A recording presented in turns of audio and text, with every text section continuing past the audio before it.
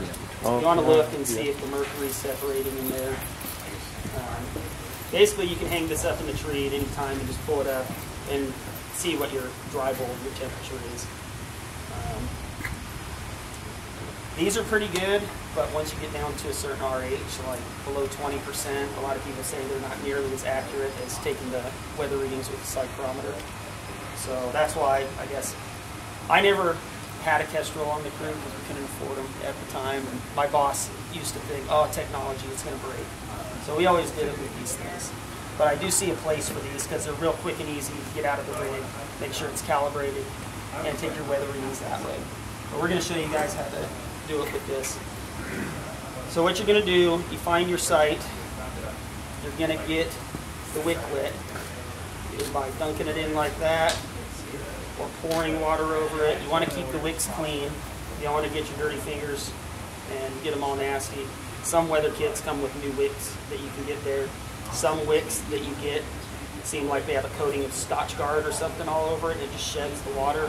For these to work, they need to be saturated, so do what you can to get them saturated.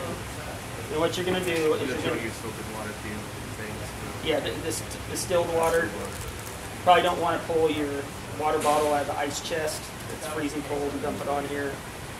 But yeah, it comes with this distilled water that's in the weather kits. So get it wet. What was it dry? Right now I got 64. Look at your wet bulb, and then you're going to spin it by holding the handle. Standing in the shade, about arm's length, facing into the wind, and you're going to spin it for like a minute. That wasn't a minute. But say my wet bulb was 60 when I started. And everybody can go ahead and do this if you want right now. I just wanted to show you how to start doing it. This one's already wet. If you want to just keep spinning it over there. It started with a wet bulb of 60. So you're going to keep spinning it. Spin it for like a minute. Take a look at that wet bulb reading. You're supposed to read the dry first, right?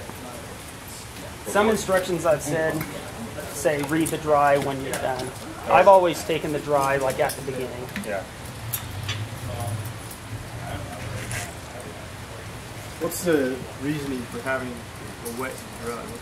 Because it'll, once you get the numbers, you get your relative humidity.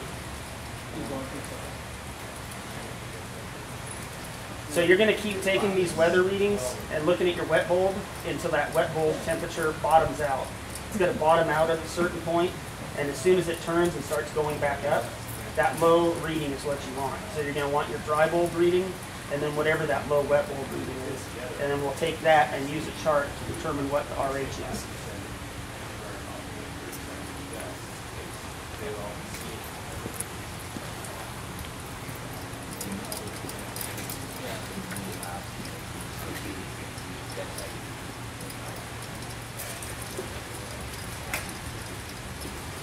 Got it? Yeah.